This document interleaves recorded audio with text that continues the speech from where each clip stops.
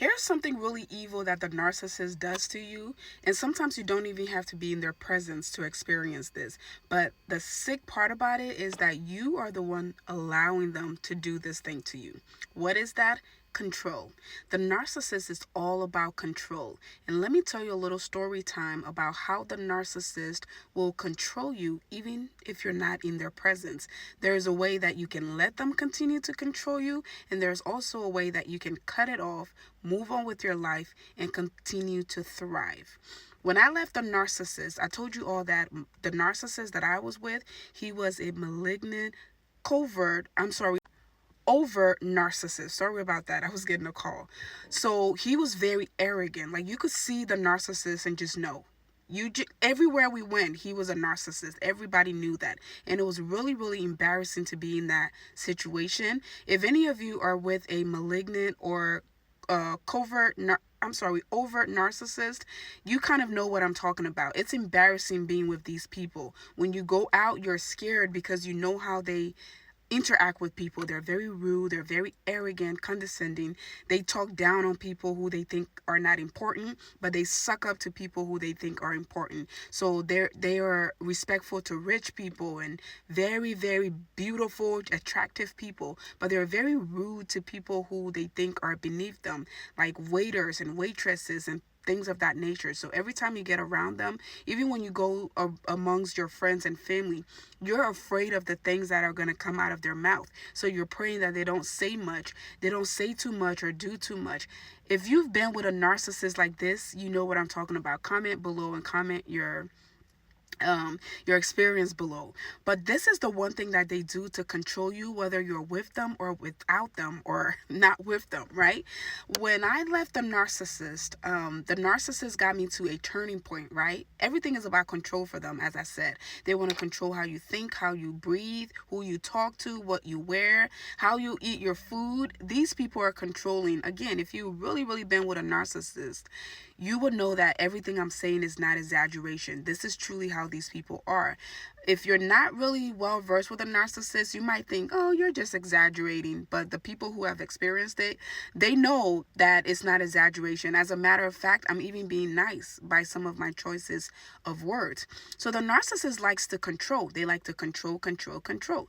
So I went through this whole toxic thing with the narcissist. Everything moved really fast. He wanted to marry me really fast, moved in with me, moved me out of state, all of those things. And I always tell you guys, the real mask starts to fall off shortly after a big turning point. If you haven't seen my turning point video, I'll leave a link below, or if you're on TikTok, just go watch one of the older videos and you'll see the video about turning point. But just for a few examples, turning points are big things that happen that makes the narcissist feel like they have finally gained full control of you and you can't leave them anymore. Or if you try to leave them, it's going to be hard. So like pregnancy, they'll get you pregnant. That's a turning point. As soon as you get pregnant, they start to show their true self because now you're pregnant. You're stuck with them for a long time. Or they'll move you out of state. Now you're out of state. You're away from your friends and family. That's a turning point. Marriage. You're married to them. You are legally bounded to them. That's a turning point. So things like that, they'll tell you quit your job. Once you quit your job, now you're financially dependent on them. So anyway, those are turning points. My turning point was the narcissist made me leave my hometown with my young child who was only 2 at that time. Sold me this elaborate dream about how he was a financial advisor, had his own home, all of these beautiful things. He was making so much money. He would take care. I didn't need the care because I was making my own money. I was I was doing very well for myself. I had just bought my first home, doing very well, making good money. A lot of you may or may not know this. I'm a registered nurse and I also do content creation full time. I'm an OG on YouTube. So I was doing really well. So it's not like I needed his money, but I didn't want to be with a bum either.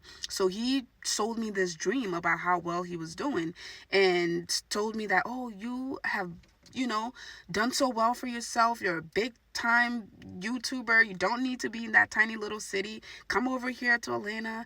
I have so much connection with so many people and you're just going to get bigger and better and I can support you through this. And with me being a financial advisor, I can do this, do that. Girl, it was all a lie. This dude didn't know anybody important. All of his friends were just as bummy as he was. He was fired from his job, but faked it for months until I found out. The story goes on and on, but that was my turning point. I just say that to say that was my turning point. Once I got there, I was like, oh my goodness, what have I gotten myself into? Now I got into fight or flight. I started to try to figure my way out of this thing. Shortly after we're engaged, shortly after we're living together, shortly after he's talking about let's get married, let's get married, let's get married. But I started to see the red flags and I couldn't take it anymore. Long story short, I ended the engagement. Once I ended the engagement, all hell broke loose. I literally had to get a restraining order to get this dude out of my house. Finally got him out of my house, sold the house, moved back home, and had to start all over. So when I was going through that, I was beating myself up. Most people, when they go no contact, when they cut the narcissist off and go no contact, whether it was a discard or a reverse discard, it's hard. Discards are hard. And for me, what really got me was I was feeling stupid a lot. I was so hard on myself. Like, how can you be so stupid? How can you let a broke guy who didn't have any financial sense whatsoever, bank account overdraft, credit messed up, going through a custody battle, lost his job because he was a con artist. How can you let this person outsmart you and make you give up your whole career, make you move out of your home with your young child, the home you just bought, the home you prayed for years and finally purchased? You were doing so good with your career. How can you let this guy bring you to nothing, and now you are a laughing stock all over social media? He's posting multiple videos and personal information. I was so hard on myself. I was so mad at myself. I was so angry at myself. So I just used to stay in my bed and just cry and cry and cry. And one of the things the narcissists do, again, they want control of you. So even though we weren't together, he still had control of me at that time. So the way he had control of me was, even though I was miles and miles and miles away, he was still controlling my emotions because he was doing the things that he knew would hurt me. Things like, again, exposing personal information, posting videos all over social media, those reactive abuse videos that I've talked to you guys about. He was suing me. He was spreading lies about me. The smear campaign was horrible. Him and his mom were paying bloggers to talk about me. Like, it was bad. You couldn't go. All of this happened on YouTube. So a lot of you here on TikTok don't know about it. But you couldn't watch one or two YouTube videos without Mercy Gono popping up. And he created a whole YouTube page, posted hundreds of videos of me. I became his content. And I was really beating myself up. And I just used to stay in bed and just be down and just cry. And I'm like, how can I let a dumb person who has the mentality of a 2-year-old outsmart me? You're smart, you're educated, you are young, you've done so well for yourself, you inspire people, you inspire your damn self. Like, how can you let a dumb, jobless con artist use you like this? It was so embarrassing for me. So I just used to stay in bed.